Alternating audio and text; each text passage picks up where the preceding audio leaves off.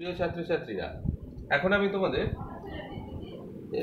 মানুষের লিঙ্গ নির্ধারণে জিনের ভূমিকা, role of genes in determination human sex determination, এই জিনের ভূমিকা আলোচনা যখন আমরা করব, এটা প্রথমে বলে রাখি, এটা কিন্তু বেশ গুরুত্বপূর্ণ কোয়েশ্চেন।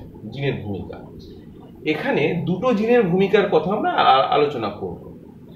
একটা হলো এসআরওয়াই জিন আর একটা হলো টিএমএফ জিন। এসআরওয়াই জিনের অবস্থান ওয়াই ক্রোমোজোমে আর টিএমএফ জিনের অবস্থান এক্স ক্রোমোজোমে।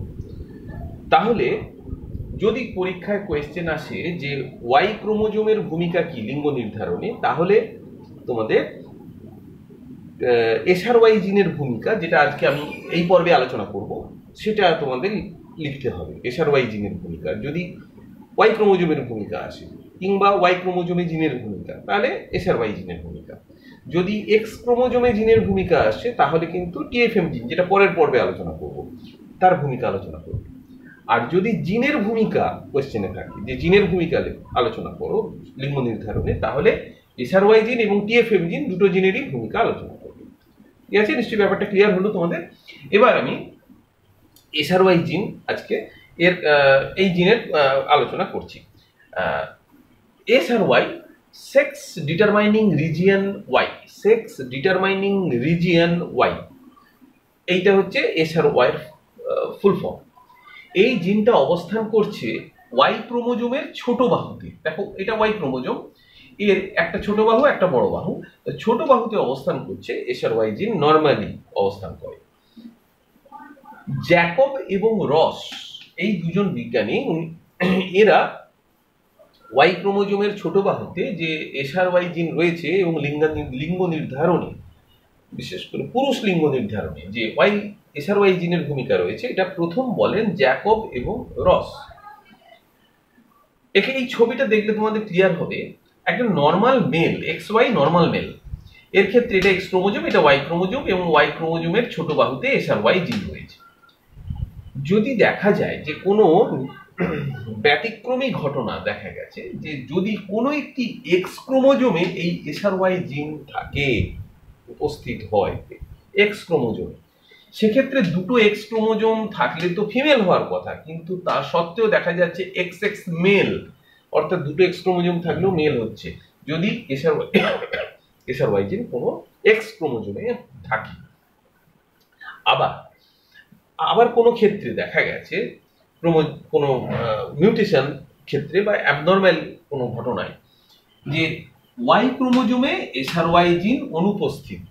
দেখো, ওয়াই ক্রোমোজোম কিন্তু তাকে সেখানে এসআরওয়াই জিন নেই, সেক্ষেত্রে এক্স ওয়াই ক্রোমোজোম থাকা সত্ত্বেও দেখা যাচ্ছে তারা ফিমেল বৈশিষ্ট্যযুক্ত হচ্ছে, তাহলে এক্স ওয়াই ফিমেল হয়ে যাচ্ছে।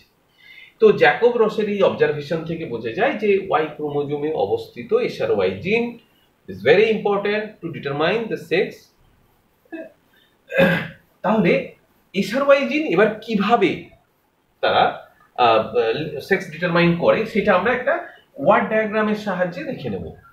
এসআরওয়াই জিনের প্রভাবে যে প্রোটিন সৃষ্টি হয় তাকে বলা হয় এসআরওয়াই প্রোটিন। এই এসআরওয়াই প্রোটিন কি করে না, ভ্রূণের মধ্যে, ভ্রূণ বলবো না, আমরা ফিটাস বলবো, ফিটাসের মধ্যে টেস্টিস সৃষ্টিতে সাহায্য করে। তো টেস্টিস ইন ফিটাস, ফিটাসের মধ্যে টেস্টিস বা শুক্রাশয় গঠনে সাহায্য করে। এইবার এই যে টেস্টিস, ফিটাসের মধ্যে যে টেস্টিস তৈরি হয় বা শুক্রাশয় তৈরি হয়, সেই শুক্রাশয় থেকে দুটো জিনিস খরিত হয়। একটা হলো অ্যান্টি মুলেরিয়ান হরমোন বা AMH, অ্যান্টি মুলেরিয়ান হরমোন। এটা সিক্রেশন হয়, অর্থাৎ খরিত হয়। এটা কি করে না, বাইপোটেনশিয়াল গোনাড, যেটা আমরা গত পর্বে আলোচনা করেছি, ফিটাসে থাকে বাইপোটেনশিয়াল গোনাড। এই বাইপোটেনশিয়াল গোনাডের মধ্যে রেস্ট্রিক্ট গ্রোথ অফ প্যারামেসোনেফ্রনিক ডাক্ট, অর্থাৎ এই বাইপোটেনশিয়াল গোনাডে যে প্যারামেসোনেফ্রনিক নালী রয়েছে তার বৃদ্ধিকে ব্যাহত করে, বাধা দেয়। অর্থাৎ বাইপোটেনশিয়াল গোনাডের প্যারামেসোনেফ্রনিক নালীর বৃদ্ধিকে ব্যাহত করে অ্যান্টিমুলেরিয়ান হরমোন। আর যদি তাই হয় তাহলে no female sex organ develops, কোনো স্ত্রী জননাঙ্গ গঠিত হয় না। তাহলে অ্যান্টিমুলেরিয়ান হরমোনের প্রভাবে কোনো ফিমেল সেক্স অর্গান তৈরি হলো না।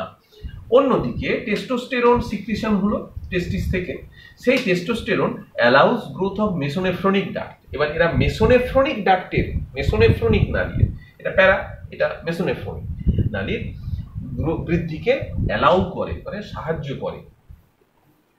তার ফলে secondary mail sex organs develop, গৌণ যৌন অঙ্গ, পুরুষ গৌণ যৌন অঙ্গগুলো ডেভেলপ করে, ফলে পুরুষ সৃষ্টি হয়। এই হচ্ছে SRY জিন এইভাবে সাহায্য করে, ফিমেল সেক্স অর্গান তৈরি হতে দেয় না এবং মেল যে সেকেন্ডারি সেক্স অর্গানগুলো সেগুলো তৈরি হতে সাহায্য করে। তাহলে পুরো ব্যাপারটা তোমরা, আমি একটু ডিসকাস করে বলে দিচ্ছি যে বিজ্ঞানী জ্যাকব এবং রস 1966 ওয়াই ক্রোমোজোমে অবস্থিত, ওয়াই ক্রোমোজোমের ক্ষুদ্র বাহুতে অবস্থিত SRY জিন অর্থাৎ সেক্স ডিটারমাইনিং রিজিয়ন ওয়াই জিন এর অস্তিত্বের কথা উল্লেখ করেন এবং বলেন যে পুরুষ লিঙ্গ নির্ধারণে এই জিনটি গুরুত্বপূর্ণ ভূমিকা পালন করে। দেখা গেছে যে কোনো স্ত্রীলোকের দুটি এক্স ক্রোমোজোম থাকা সত্ত্বেও যদি একটি এক্স ক্রোমোজোমে SRY জিন উপস্থিত থাকে তাহলে সে স্ত্রীলোক না হয়ে তার পুং গৌণ যৌন বৈশিষ্ট্যের প্রকাশ ঘটে।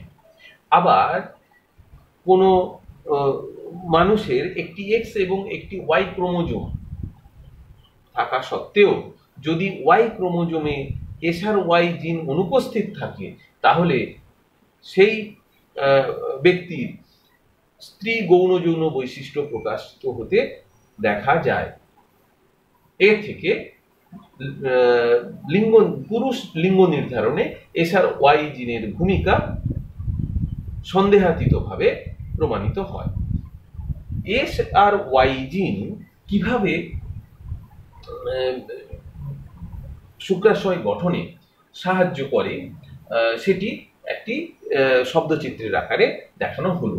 তোমরা শব্দচিত্রটা এবার দিয়ে দেবে এবং তারপর যেভাবে আমি বললাম সেইভাবেই লিখবে যে SRY জিনের প্রভাবে SRY প্রোটিন উৎপন্ন হয় এবং এই SRY প্রোটিন ফিটাসের শুক্রাশয় গঠনে সাহায্য করে।